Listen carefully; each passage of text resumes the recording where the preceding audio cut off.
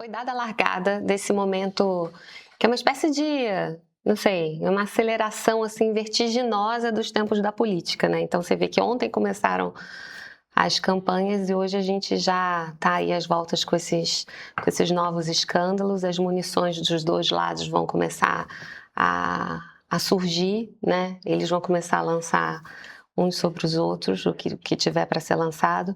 E aí a gente vai andar nessa, Flávia chamou, né, de corrida de obstáculo, essa caixinha de surpresa que começa agora.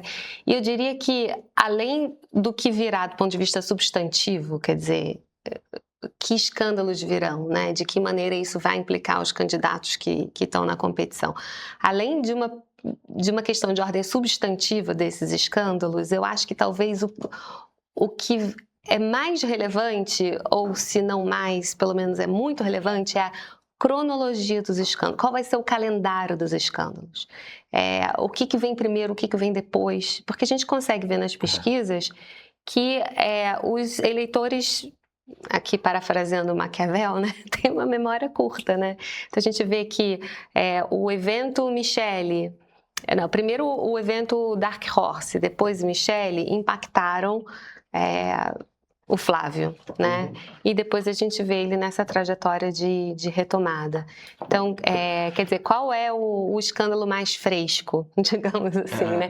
Isso pode, se nas vésperas da eleição surge alguma coisa que não dá muito tempo de ser absorvido, decantado e deixado de lado pelo eleitor, essa temporalidade dos escândalos eu acho que pode ser muito, muito importante.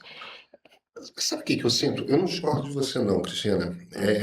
Mas o que eu sinto é o seguinte: o trabalho de manter esses escândalos em evidência é o trabalho de campanha. Claro, claro. E a esquerda optou como estratégia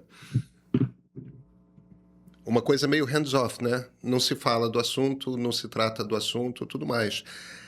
Não dá para ficar contando com o Flávio Bolsonaro dando tiro no pé pelo resto da campanha. Ele já deu muitos. E acho que ele é capaz de dar... Tem uma incompetência ali na campanha dele.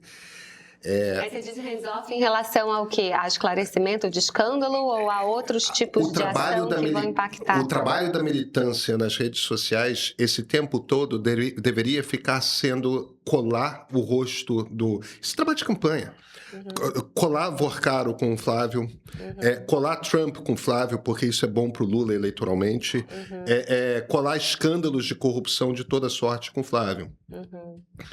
E se você entra nas redes sociais de esquerda, estão falando de negros contra mulheres, contra gays, contra trans, contra... O Lula se manter na agenda positiva, como a Flávia mostrou pra gente, né? Ele não, diferente de todos os outros, ele não chegou como franco atirador.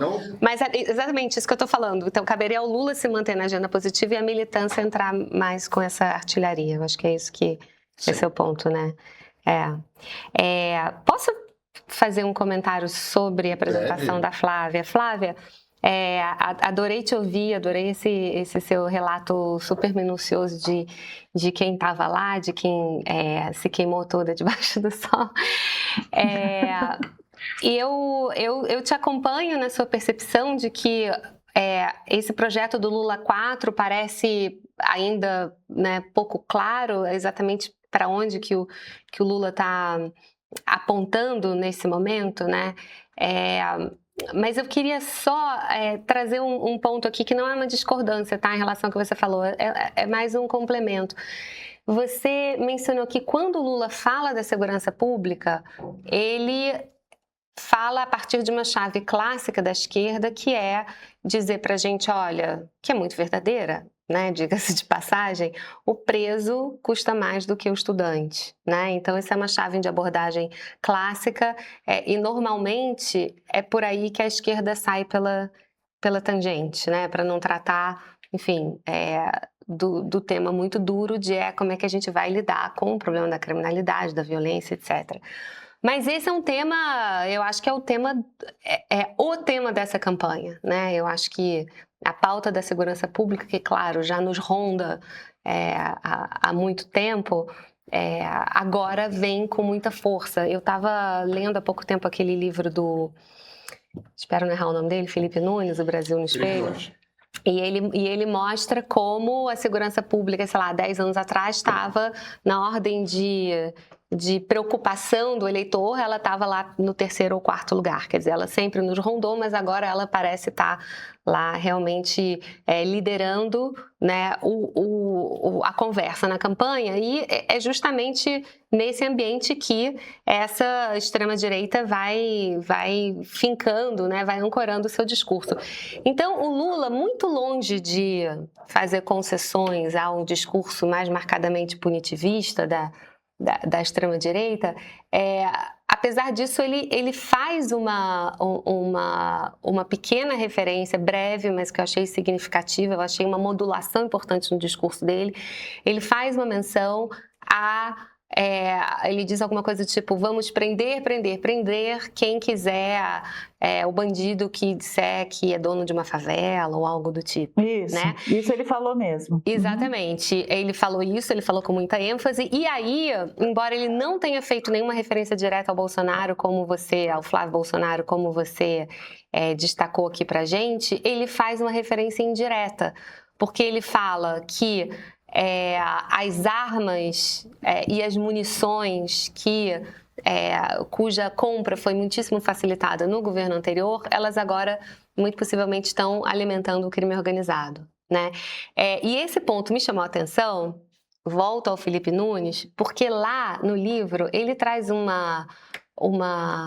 tema que eu achei muitíssimo interessante, que é essa linguagem, digamos, essa gramática política da extrema-direita, ela tem elementos bastante universais, né? Então, ela é manejada de maneira semelhante aqui, na Argentina, em El Salvador, pelo Trump e por aí afora, né? Então, tem alguns elementos de convergência muito claros. Então, a redução da maioridade penal é um tema clássico. Que mais? Bom, aí tem o Renan, que vai falar dos julgamentos coletivos. Não, se bem que isso ele diz que não faria. Ele se inspira no Bukele, mas ele tenta demarcar diferenças e tal. Mas tem um elemento da agenda da extrema-direita, que é o da facilitação de compra de armas e munições, que não está, segundo Felipe Nunes no livro, propriamente abraçado pela direita brasileira, pela extrema-direita brasileira. Então ele faz isso para marcar uma distinção entre o nosso repertório aqui brasileiro e o repertório americano, né? Quer dizer, os americanos, eles estão muito mais à vontade com a ideia de que justiça se faz com as próprias mãos do que os brasileiros. Os brasileiros ainda esperam que a justiça se faça pelas mãos do Estado. Os Estados Unidos é o país do lixamento, né? Nada pessoal mesmo, não. Na verdade, não sei se você já leu o Zé de Souza Martins, o Brasil, o país do lixamento. Os Estados Unidos é o país do Velho Oeste. E eu não estou brincando, não. Pega mal pra mim. Esse negócio de lixamento. É uma brincadeira, eu soube o nome dele, pesquei. Gente, qual é o verbo linchar em inglês? Lynch. Pois é, tu lynch, cuidado comigo. Mas eu acho que, professora Cristina, eu acho que você tem razão. A questão é que o Lula faz isso de uma maneira, a meu ver, mais... É muito modulado, a meu ver, dado o tamanho do tema, claro. Segurança pública. Então, você tem toda a razão. Ele ocupou um espaço mínimo perto de toda a história que ele contou do passado, quando ele era líder sindical. No fundo, ele estava ali pedindo o voto de confiança dele, né? Como você deixou claro no artigo. E aí, assim... apenas para complementar isso e passar para o Christian, que ainda não falou, então, assim, de fato, ele faz uma fala dura inicialmente no capítulo Segurança Pública, que é isso, nós vamos prender, sim, qualquer bandido que acha que é dono de território, de favela, de comunidade, etc.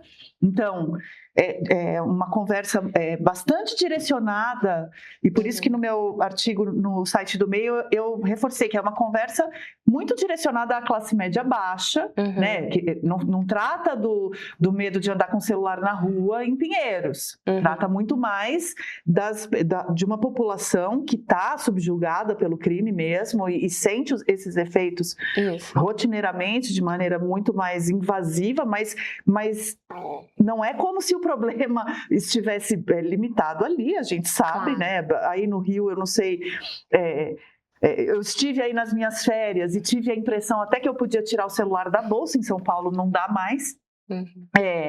Isso é uma coisa. E a outra coisa é que no instante seguinte ele condiciona todas as ações que ele quer ter de segurança pública, sem detalhá-las quais, a aprovação da PEC da Segurança Pública e a subsequente criação do Ministério da Segurança Pública.